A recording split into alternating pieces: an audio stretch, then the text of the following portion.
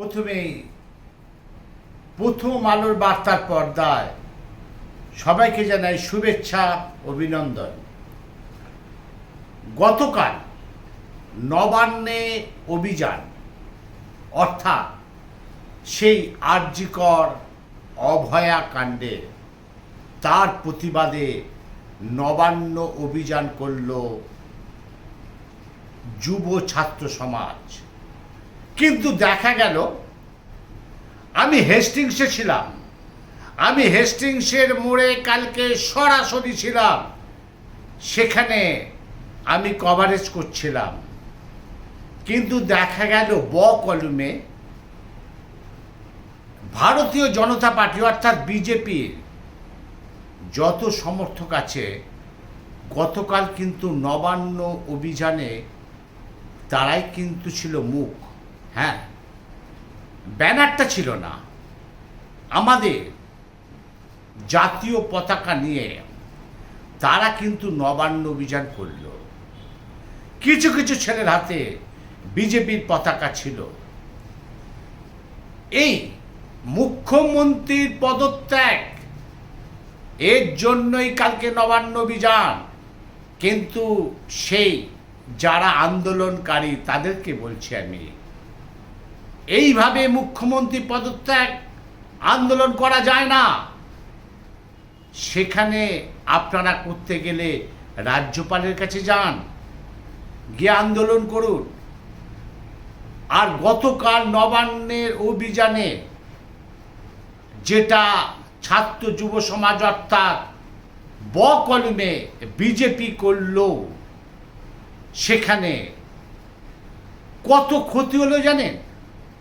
সরকারের কত ক্ষতি হলো সে তো গেল, সব থেকে বড় কথা আপনার, আমার বা আপনাদের পরিবারের যদি কাউকে মারে তখন আমরা কিন্তু হাত গুটিয়ে বসে থাকি না, তার প্রতিবাদ করি।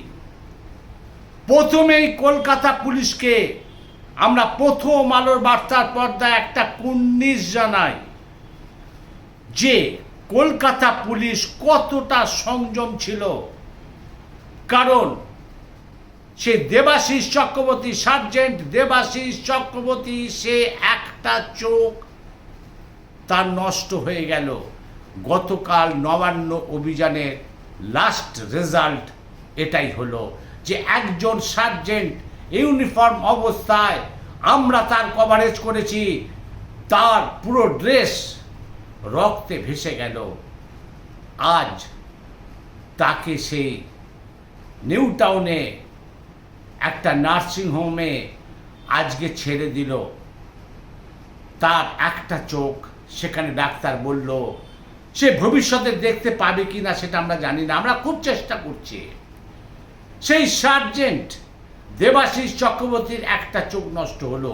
শুধু তাই নয়, তার সাথে 31 জন পুলিশ অফিসার তারা কিন্তু আহত হয়েছে বিভিন্ন দিক দিয়ে।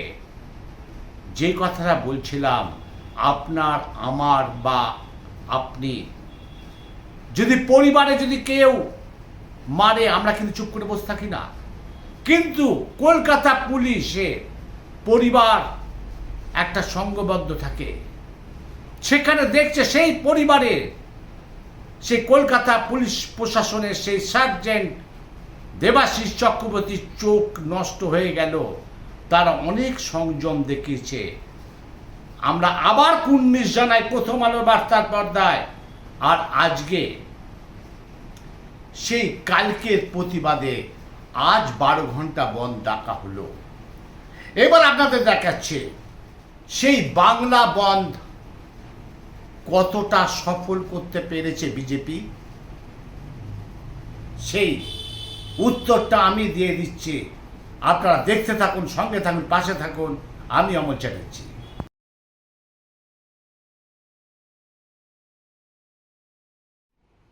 প্রথমেই আপনাদের দেখাচ্ছি আমি হুগলি জেলায় বিজেপি কর্মীরা বন্ধকে সাফল্য করার জন্য তারা কি করলো, বিভিন্ন জেলা দেখাবো আপনাদের সরাসরি আমাদের প্রথম আলো বার্তার পর্দায়। প্রথমে দেখাচ্ছি হুগলি জেলার ত্রিবেণী রেল স্টেশনে, সেখানে সকাল 7:30 থেকে সকাল 8টা পর্যন্ত আটকে রেখে দিয়েছিল ট্রেন। সেই ছবি দেখুন আমাদের প্রথম আলো বার্তার পর্দায়। তারপর রেল পুলিশের হস্তক্ষেপে ট্রেন চলাচল স্বাভাবিক হয়। আধ ঘন্টা সমস্ত জায়গায় খুব জোর 20 মিনিট থেকে আধ ঘন্টা ট্রেন অবরোধ ছিল। তারপর আপনাদের দেখাচ্ছি কলকাতার দৃশ্যটা। সবাই কিন্তু আজ অফিস গেছিল, সেই দৃশ্য আমি দেখাবো। আগে দেখে নিন হুগলি জেলার ত্রিবেণীতে রেল স্টেশনে বিজেপি কর্মীদের বন্ধ সফল করার জন্য তারা মাঠে নেমে পড়ল। দেখুন আপনার আমার বোন পশ্চিমবঙ্গের সকল ঘরের বোন, তাই আমরা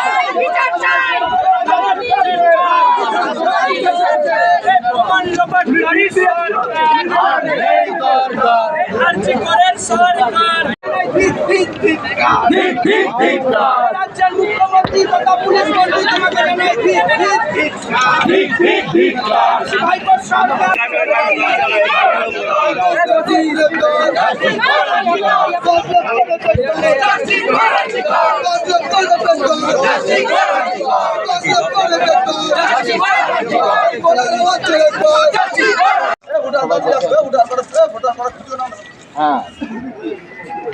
আবার সে আপনাদের দেখাচ্ছে হুগলি জেলার হাওড়া বর্ধমান শাখার কল লাইনে গুড়াপে রেল স্টেশনে বিজেপির পক্ষ থেকে আজ বুধবার সকালবেলা রেল লাইনে বসে রেল অবরোধ।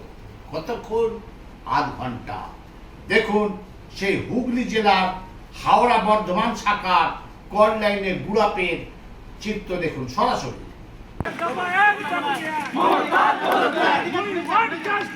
We want justice. We want justice.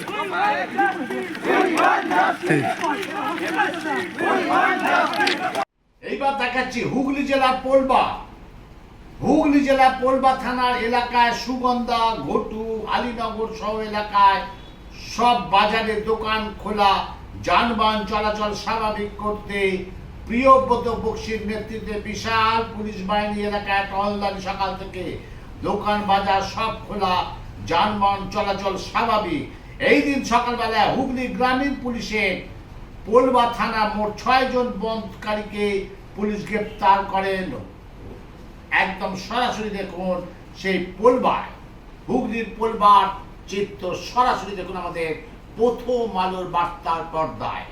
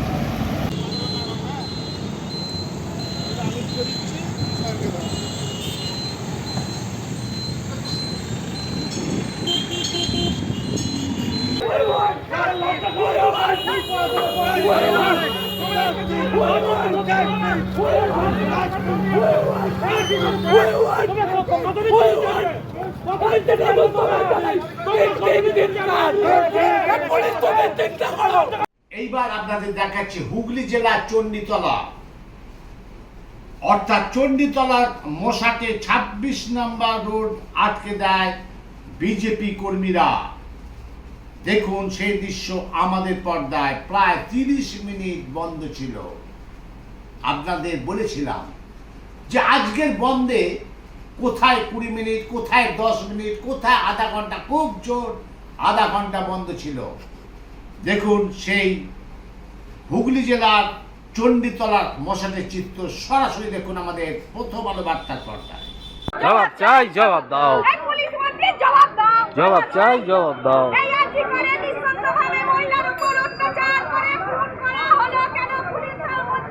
এইবার আপনাদের দেখাচ্ছি হুগলি জেলার রিজড়ার চিত্রটা দেখুন। সেখানেও সেই আধা ঘন্টা অবরোধ সমস্ত জায়গায়, মানে ম্যাক্সিমাম আধা ঘন্টা আজ রেল অবরোধ ছিল। সরাসরি দেখুন আমাদের প্রথম আলো বার্তার পর্দায় আজ বাংলা বন্ধের বিজেপির ডাকা সেই রিজড়ার স্টেশনের চিত্র।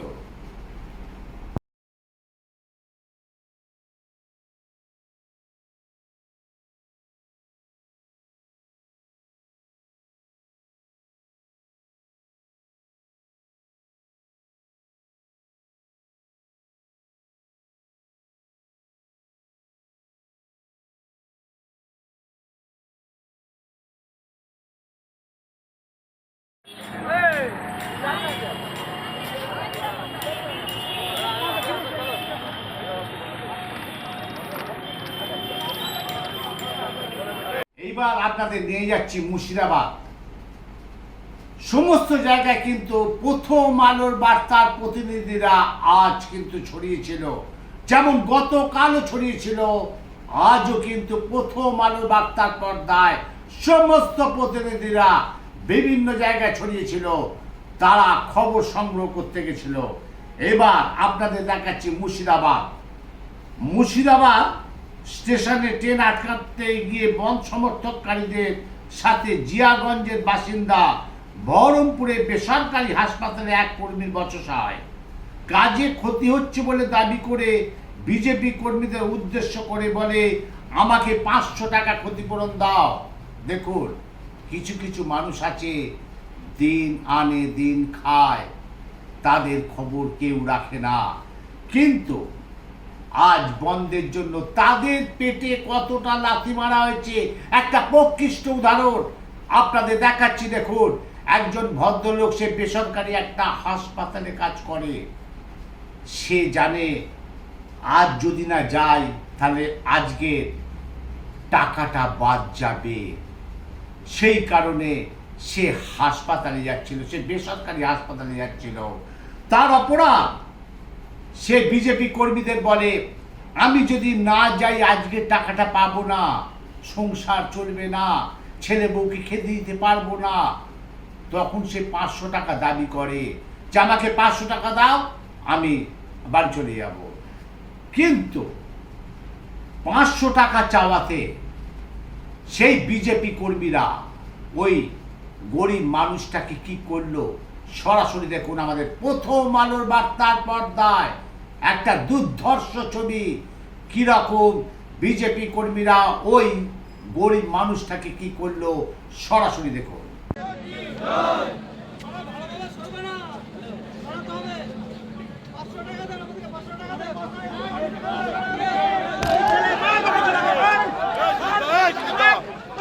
এইবার আপনাদের নিয়ে যাচ্ছি আসল জায়গায়, ভাটপাড়া। ভাটপাড়া খবরের জন্য মানুষ কিন্তু উঁচিয়ে আছে, কারণ ভাটপাড়ায় একদম সম্মুখ সমরে একদিকে অর্জুন সিং, একদিকে সোমনাথ। একদম আজ বন্ধের দিনে অর্জুন সিং বন্ধের জন্য বিজেপি কর্মীদের নিয়ে পুরো ঘুরছে, আর একদিকে সোমনাথ তৃণমূলের পুরো কর্মীদের নিয়ে একদিকে আসছে, একদম সামনাসামনি, মাঝখানে পড়ে গেছে পুলিশ। এইবার দেখুন সেই ভাটপাড়া চিত্র সরাসরি আমাদের প্রথম আলোর বার্তার পর্দায়, দুর্ধর্ষ ছবি ভাটপাড়া। একবার দেখুন আমাদের প্রথম আলো বার্তার পর্দায়।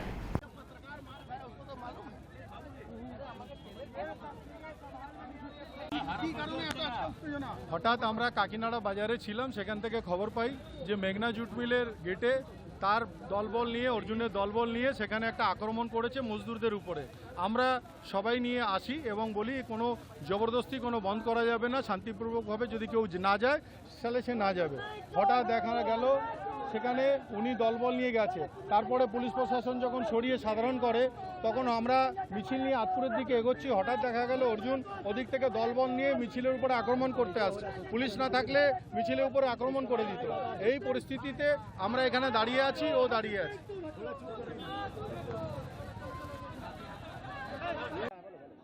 সৌরভ সিং, সোমনাথ শ্যাম, তারা আরে কে ছাগল মাগালের নাম নিচ্ছেন? এরা পুলিশ সরে গেলে এদের কিচ্ছু নেই। আমি বলছি আমার হয়ে কথা বলুন, পুলিশ সরে যাক, 5 মিনিট সরে দেখা, কে কত ধানে কত চাল আছে আমি বুঝিয়ে দিচ্ছি। বলুন সরে যেতে। কিন্তু রাজনীতি এই জায়গায় আরে রাজনীতি এই জায়গা মমতা ব্যানার্জি পৌঁছিয়ে দিয়েছে, এর মধ্যে কিছু করার নেই। এখন আমাদের কিচ্ছু করার নেই। বন্ধ কি কোনোভাবে সফল হচ্ছে ভাটপাড়ায়? সেই কারণেই বন্ধ তো সফল হয়ে গেছে, আর কি আছে? কোনো দোকানপাট খোলা আছে? এই জন্যে এরা এই অসুবিধায় পড়ে আছে। আপনি জোর করে মেঘনা মিট বন্ধ করেছেন, সেই জন্যই প্রতিবাদ বলা হচ্ছে। জোর করে বন্ধ করে করানো যায়? আপনি আমাকে দেখেছেন জোর করে বন্ধ করানো? আপনি এই গন্ডগোলকে উস্কানি দিয়েছেন বলে তৃণমূল বলছে, কি বলবেন? হ্যাঁ? আপনি গন্ডগোলে উস্কানি দিয়েছেন তৃণমূল। আচ্ছা, আপনি তৃণমূলের কথা শুনুন, আমার কিছু বলার নেই। আপনি যেটা দেখবেন সেটা দেখিয়ে দেবেন, আর কিছু বলার নেই।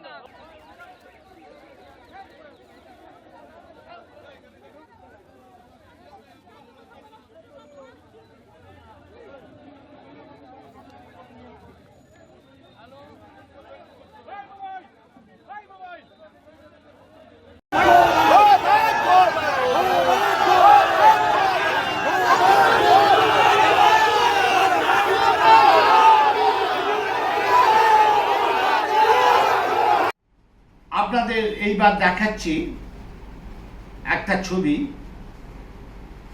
দেখুন, আজকে বিজেপি বাংলা বন্ধ দেখেছে 12 ঘন্টা। একটা ভিডিও দেখুন, হাওড়ার মেট্রো, মানে প্রতিদিনের মতন আজ সেই ভিড় সরাসরি দেখুন আমাদের পর্দায়। শুধু তাই নয়, কলকাতার ছবিটাও তার সাথে দেখে নিন। স্বাভাবিক ছন্দে কলকাতা যেমন প্রতিদিনের হয় ঠিক সেইভাবেই আজও আছে। একদম সরাসরি দেখুন, প্রথম আলো বার্তার পর্দায় কোনো প্রভাব পড়েনি। কলকাতায় কোনো প্রভাব মানে একদম পড়েনি। কলকাতায় কেন, বিভিন্ন জেলাতেও কোনো প্রভাব পড়েনি। সেই সরাসরি সেই ছবি আপনাদের দেখাচ্ছি। দেখুন, নিউ মার্কেটের ছবি দেখাচ্ছি দক্ষিণ কলকাতা, দেখাচ্ছি হাওড়ার মেট্রো ভিড় দেখুন। সেই সরাসরি প্রথম আলো বার্তার পর্দায় আজ 12 ঘন্টা বিজেপি যে বন্ধ দেখেছিল সেটা সম্পূর্ণভাবে মানুষ ত্যাগ করেছে। কারণ বন্ধ মানুষ আর চায় না, অনেক বন্ধ হয়েছে। কারণ বন্ধ করে মানুষের পেটে লাথি মারা ছাড়া আর কিছু নয়। সেই দেখুন, মানুষ বন্ধকে প্রত্যাখ্যান করেছে, সেই দৃশ্য সরাসরি দেখুন কলকাতা।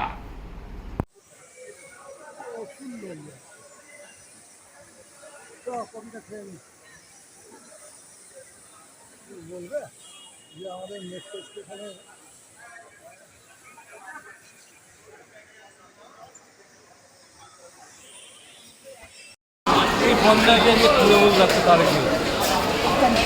এত লোক হাওড়া স্টেশনে, বন্ধ ফন্ধ কিছু বলে নেই। দেখি অর্ণবদা, তুমি পৌঁছেছো? হ্যাঁ,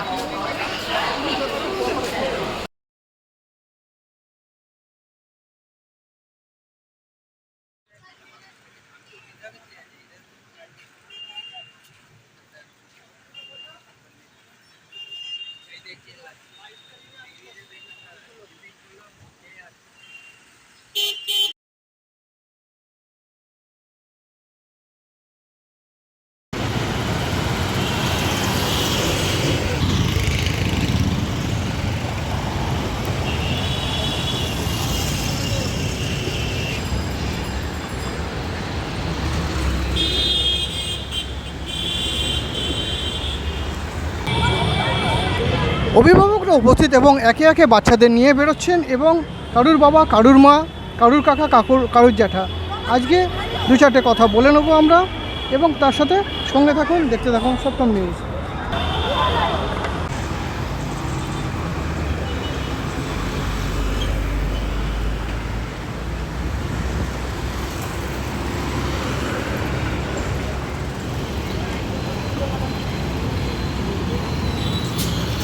তাহলে আপনাদের দেখাতে পারলাম গতকাল মুখ্যমন্ত্রী পদত্যাগের জন্য, শুধু তাই নয়, আরজিকর অভয়াকাণ্ডের জন্য, মুখ্যমন্ত্রীর পদত্যাগের জন্য সেই নবান্ন অভিযান।